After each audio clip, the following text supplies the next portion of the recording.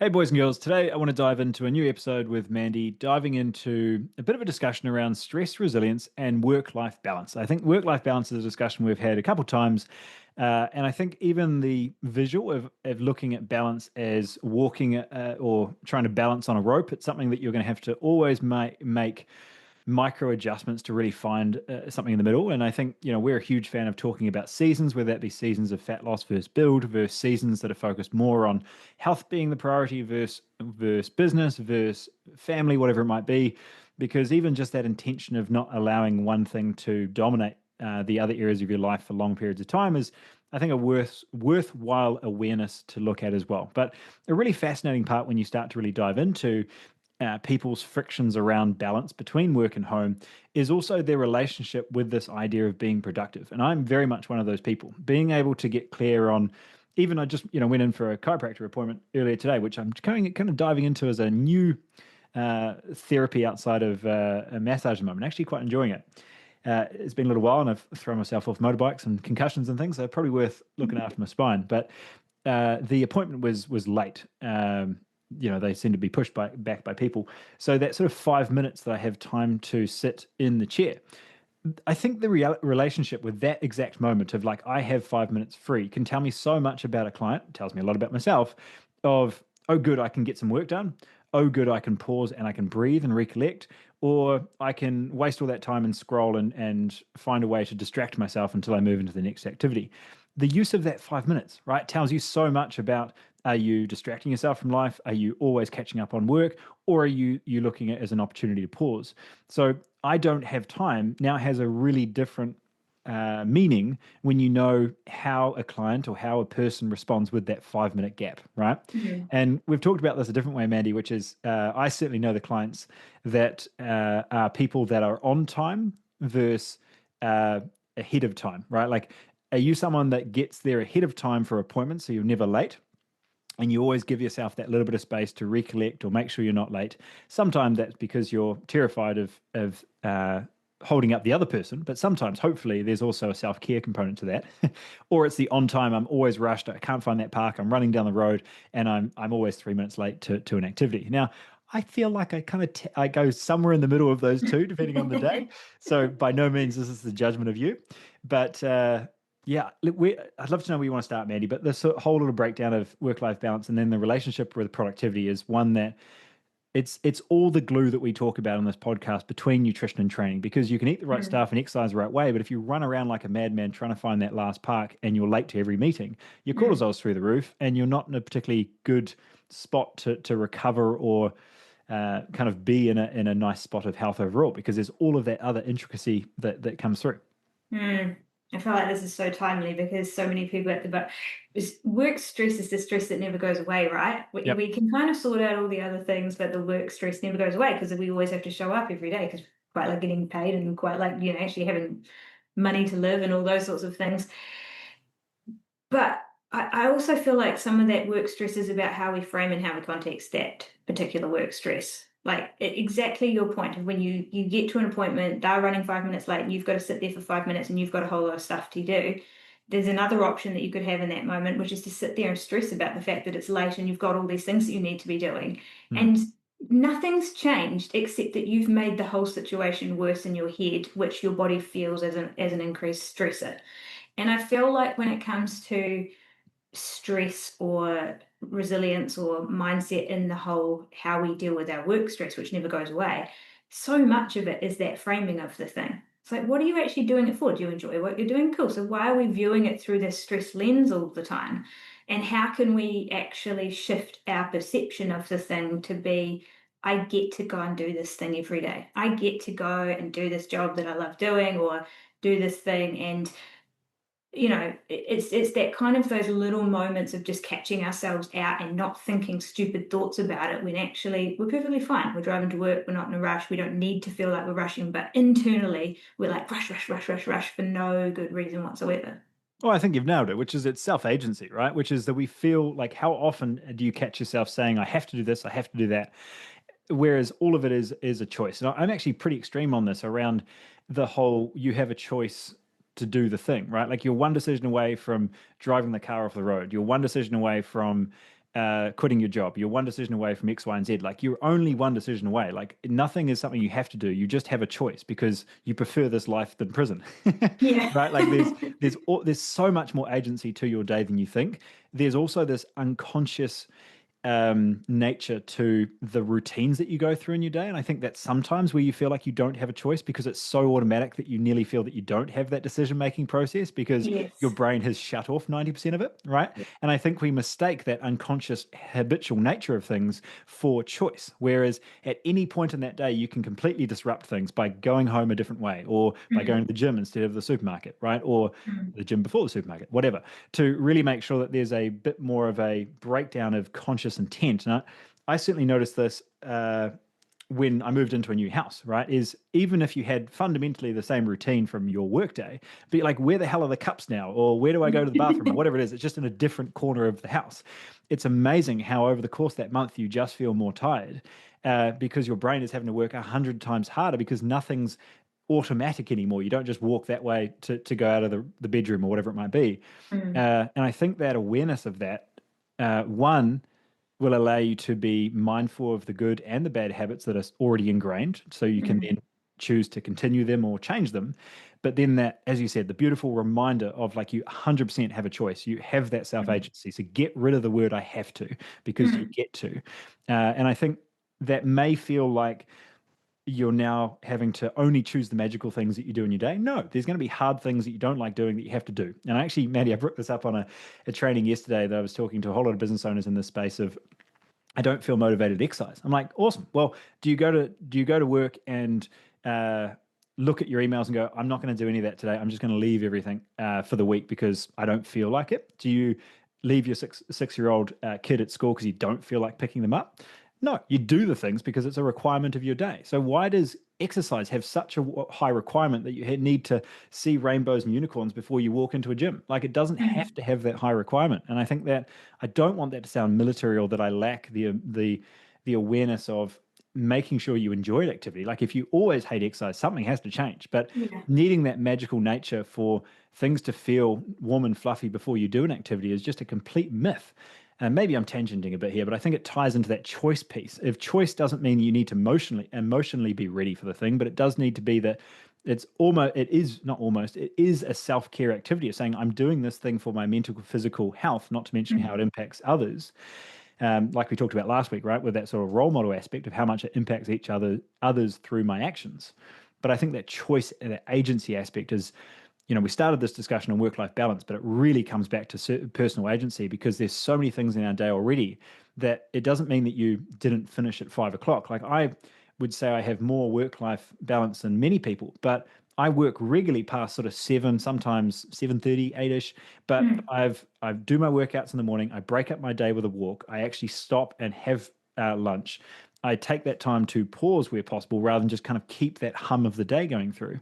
And I'm a huge fan of those opportunities to create micro holidays or those pauses in your day rather than stressing yourself out for 12 months to then have to go on one holiday for 2 weeks and then start it all again. Like that Yeah. that ability to choose and really break that down is a pretty big one. So you got me on a ramble there, but you I started did. that by I just can carry this rewording one right on. I think that in any given day, we can make ourselves a victim in a cage of our own decisions, or we can let them be the thing that is our path to freedom, right? So on any given day, there's things you have to do. I live out of town. I have to drive into town to work and to school. I have to get the kids ready for school. There's certain things I have to do. Those could be the bars to my cage of the things that I hate and that I don't want to do, or they could be the things that I chose. And I think it's that self-agency piece is going backwards and thinking, I chose to have kids. I chose to live out of town. I chose to do this job. I made those choices because there was something I want to do. And these are what I have to do in order to maintain that. So I could view them as something that is a have to, or I could view them as a thing of this is something that I chose and I get to do. And I think it's just that subtle shift of are you viewing the choices that you previously made as something now that constricts you? And maybe it is, maybe it does constrict you and you do actually need to make a change. You're like, actually, I don't like what this is anymore and I want to change it. Or maybe it's actually just reframing it and being like, you know what, I do these things because of what I chose and I actually don't regret the decision I made. So how am I going to find some joy or some enjoyment in it? Even if it's not necessarily something you want to do, right? Because it's not always going to be magic and fluffy, like you said. Sometimes you're just going to have to do it and you don't even want to. But That was my little tangent. I had No, I another like one it. Just on going that through my that one brain. point with the kids thing as well. I've had this discussion twice, and it gets me a little bit riled up. When they're like, I can't do it because I've got five kids. I'm like, you've got five more reasons to do it. Like, it's Mm, just, you chose to have those kids. Please don't make that the barrier for you to move forward. Right. mm, And I think, absolutely it gets in the way of your routine. Absolutely it disrupts your night's sleep. Absolutely it makes it maybe your food prep a little bit harder, whatever. But using that as an excuse and just constantly throwing your kids as the reason as to why you can't get in shape, like there's something really disturbing about that. And mm, I think being able to check yourself on your language is such a huge part of this, right? Because it's so easy unconsciously in the way that you choose habits or you pick up foods or you go home a certain way. It's also very habitual in regards to the words you choose to use. And if you're used to talking down on yourself or used to telling yourself why you can't do something, you will mm, also find ways to continue to select that to protect ego. And your body does these very weird things to justify where you're currently at. And it takes yeah. an incredibly self-aware human to actually pick up on 90% of the stories that you tell yourself that are complete bullshit because they just Mm. get in the way of you actually making the change you need to make. Yeah, our brain's always looking to confirm what we're thinking, right? So if you're thinking, oh, this is stressful and I don't like it and it's hard and I have to do this, you're just going to find evidence that that's the case. Whereas if you look at it as what you can do or what you get to do, your brain's going to find the evidence of that because it wants to be in, what's the word, congruent. Um, Yeah, so we get to choose. We totally get to choose our experience in life in that respect. totally. So let's tie this back to the work part a bit because the really interesting part that we've had a discussion around, which is this.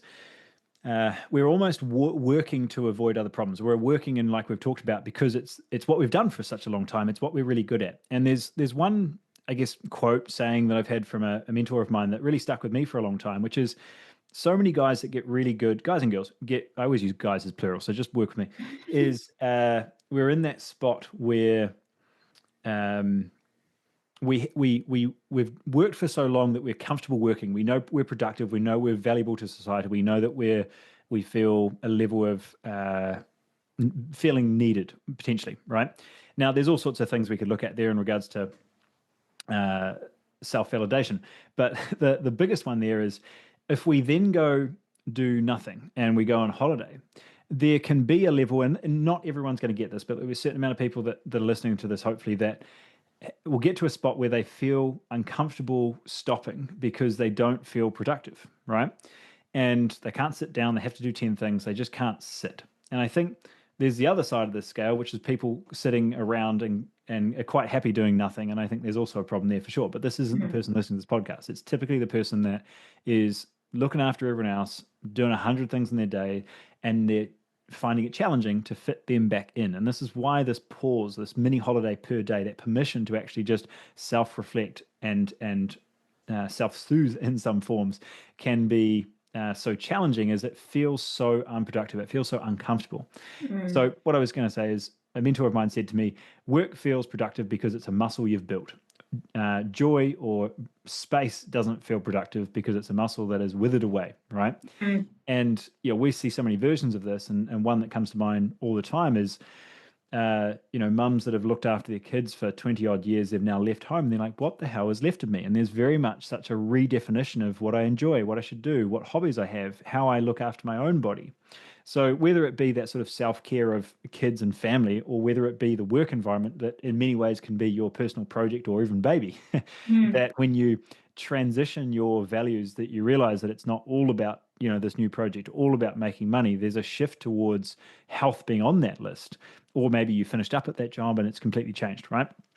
So seeing that as an opportunity to build this muscle of joy, build this muscle of ultimately the holiday muscle, right? Where you mm, can actually switch off, you can enjoy being present, watching the sun come up, going for a swim, going for a walk with no distractions, as we've talked about before. mm. It's not just because we want you to improve digestion, although that's one part of it. It's going to be this overall like sense of well-being ultimately because you Yes. can get rid of that distraction of social media and all the noisy stuff that's pulling for our attention all the time. Like our biggest scarce resource there is attention. And I think when you can harness that and pull that back, you quite quickly realize how many people are very addicted to um, I was going to say the Matrix, uh, but addicted to the amount of noise, addicted to the amount of stuff pulling their attention. And I Mm, think even just that space of like turn off all of your notifications, don't let your phone make a noise, and then watch how many times you still pick up your phone, right? Like it's so ingrained, it's that unconscious nature of, oh, maybe someone needs me, maybe something needs to come through. yeah. But just being able to, take that time to sit, watch the sunset or watch the sunrise can be a really good example of you couldn't do it, it was uncomfortable, and that's why we need to do more of it. Mm.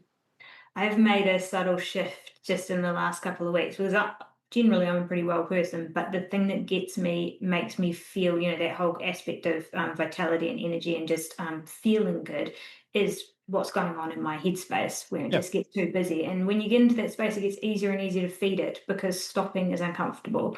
But I've made this real subtle shift in the last couple of weeks, which is I take headphones, right? Normally I'd wear headphones when I'm doing something like exercising or running or something like that, just to listen to a podcast or something like that. And then when I'm working and focusing, I wouldn't. So you hear all the noise around you. And I've swapped that around to when I'm working and focusing, I put headphones in to block out the Mm. noise and I'll listen to just like some instrumental music or something. And then when I'm running or doing something like that, I don't put any headphones in and I just allow my brain to consolidate.